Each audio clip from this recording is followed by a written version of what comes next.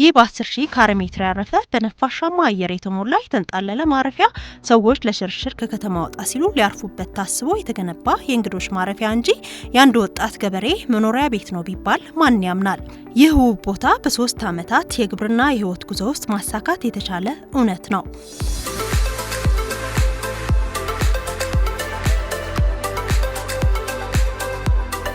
ወጣት አብነት ዴላሞ ትውልድና እድገቱ በማዕከላዊ ኢትዮጵያ ከምባታ ዞን ሀሚዶ ጎፈሮ በምትባል ትንሽዬ የገጠር ቀበሌ ነው።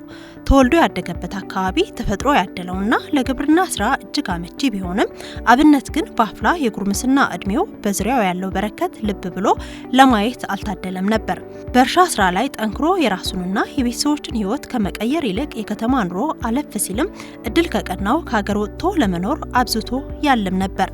ለዚህም ነው ካደገበት አካባቢ ርቆ ለአመታት ኑሮውን በአዲስ አበባ ከተማ ያደረገው። ሆኖም ግን የከተማ ህይወት እንዳሰበው ቀላል አልሆነለትም። ህይወት ውጣ ውረድ በእጅጉ ያደክመው ጀመር። ያኔ ነበር ወደ ኋላ ጥሎት የመጣው በረከት ማብሰልሰል፣ ከማብሰልሰልም አልፎ አገር ቤት ገብቶ በወላጆቹ የእርሻ መሬት ስራውን በቆራጥነት ለማስኬድ የወሰነው። ከዛ በኋላ ከተማ የነበርኩ ሰው ተመልሼ ወደዚህ አካባቢ እንዲያይ ከተማ ያለውም ሌላ ጋም ለመሄድ እንደሚታወቀው አካባቢ ልጆች ወደ ደቡብ አፍሪካ የተለያዩ ስደትን አማራጭ አድርገው ይሄዱ ነበርና ድሮ እኔም ማስብ ነበር ዲቪ በየአመቱ ነው የሚሞክረው። ነገር ግን ለካ የእጣችን መክሊታችን ግብርና ነው።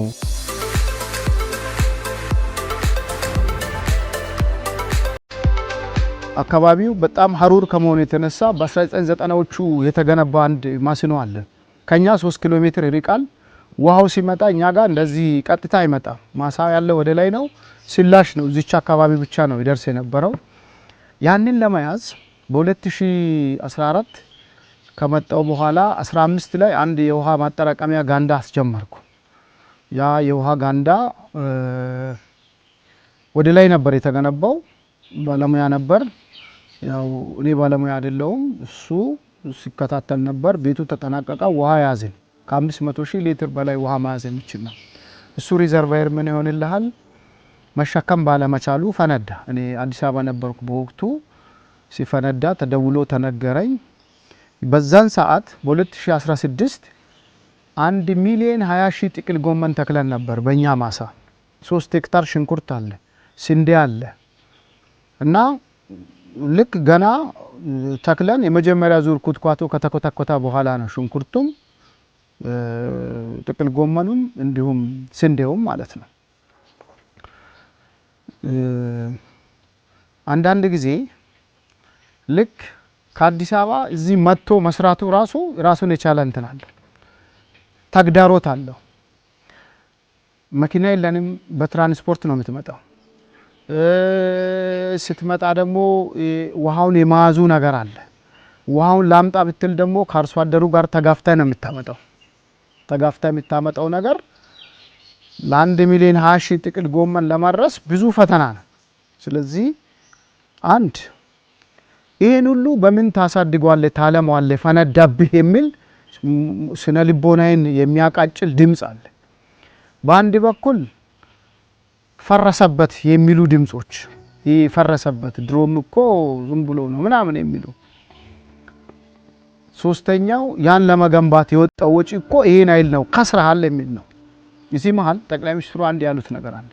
በሚገጥመን ፈተና መሸነፍ ሳይሆን ፈተናውን ወደ መልካም አጋጣሚ በመቀየር ድል ማድረግ ይቻላል ያሉት አእምሮዬ ላይ መጣ። ትንሽ ተነቃቃው። ራሴን ካለውበት ፈልጌ አገኘው።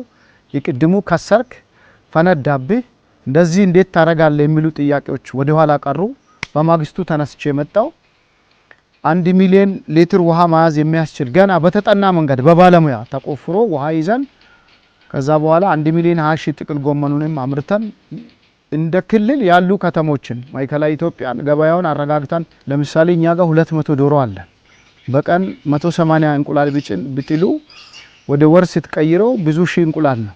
ስለዚህ 5,000 እና ከዛ በላይ እንቁላል ከያዝክ ወደ 60-70 ሺህ ብር አካባቢ ገቢ የማግኛት ነገር የስራ እድልም እዚህ 2 ልጆች አሉ ቤት የሚጠቀሙ ወይ ደግሞ የሚንከባከቡ ማር ከዚህ በፊት ከውጪ ገዝተን ነበር የምንጠቀመው አሁን ግን ማሪን እዚሁ እኛው ጋር ባህላዊም ዘመናዊም ቀፎ አምርተን ዘንድሮ ከ1500 ኪሎ ግራም በላይ ማር ሰብስበን እየተጠቀምን እንግዳም ሲመጣ ያው እየጋበዝን ነው ማለት ነው።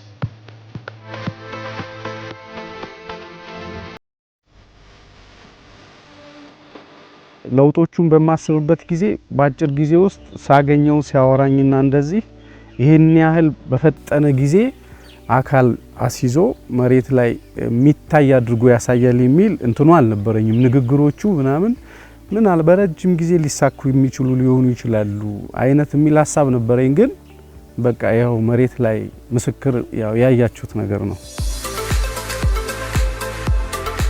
10 ብር ቸግሮኝ ያውቃል። እኔን 10 ብር አምኖ የሚያበድረኝም አጥቼ በጣም የተሰቃየሁበትን የተቸገርኩበትን ጊዜ አስታውሳለሁ። ለልጄ ዳይፐር ለመግዛት የኢቴን ልጅ ከኔ ጋር እንድትማር የወሰድኳት ሱቅ እንዳትሄድ እኔ ነኝ የሚሄደው ዱቤ ለመውሰድ እኮ ነው። እኛ ጋር ግን ምን ሆነዋል?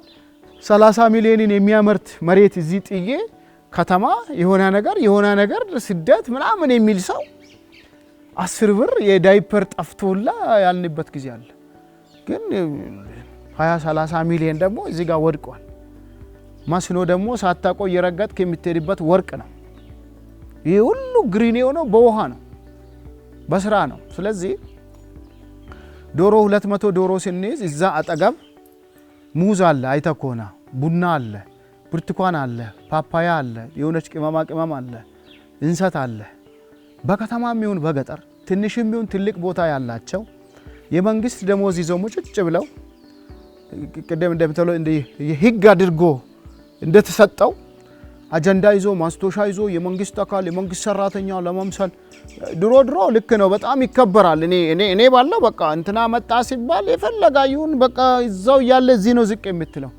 ዘንድሮ ለሰራው ላለው ለጨበጠው ለያዘው ላሳመረው ለሰራው ነው ክብርና ቦታ እየተሰጠ ያለው። ለዚህ ደግሞ እኔ ህያው ምስክር ነኝ።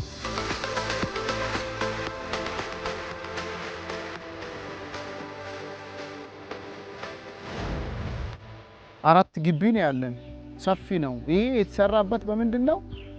ሐሳብን በመቀየር ነው። በመስራት መለወጥ ይቻላል የሚለው ስራና እኛ እኮ ስራ የምንንቅ ሰዎች ነን። ስንት ሰው ነው አዲስ አበባ ትርፍ ህዝብ እኮ ነው ያለው። እኔ ያየው ነው። በቤተሰብ ድጎማ ነው እኮ የቤት ክራይ የሚከፈልለት አብዛኛው። እኛንም እኮ ከዚህ ስንሄድ እጃችንን ያያል። ከኛው ሄዶ እኮ ነው ነጭ ጤፍ ከእንትን ጥሎ መጡ፣ በርበሬውን ጥሎ ሄዶ፣ ስንዴውን ጥሎ ሄዶ ከተማ አለ ለሚባል ብቻ። እኔ ከሆኑ ካርሲ አካባቢ ልጆች ተነጋግረናል ባለፈው። የመንግስት ሰራተኛ ምን አፈር ትሰራለህ? እኔ ቪዲዮ አሳየው። ይሄ እንደናንተ በረሃ ጭው ያለ የነበረ ነው። ውሃ ካለ መስኖ እንትን እንዲደረግ መንግስትን ጠይቅ። በ5-10 ዓመት ውስጥ በቃ ሚሊዮኔር ሳይሆን ቢሊዮኔር ነው የምትሆነው። መንግስት ወደ አንተ ነው የሚተምመው። ሁሉም ሰው ወደ አንተ ይመጣል።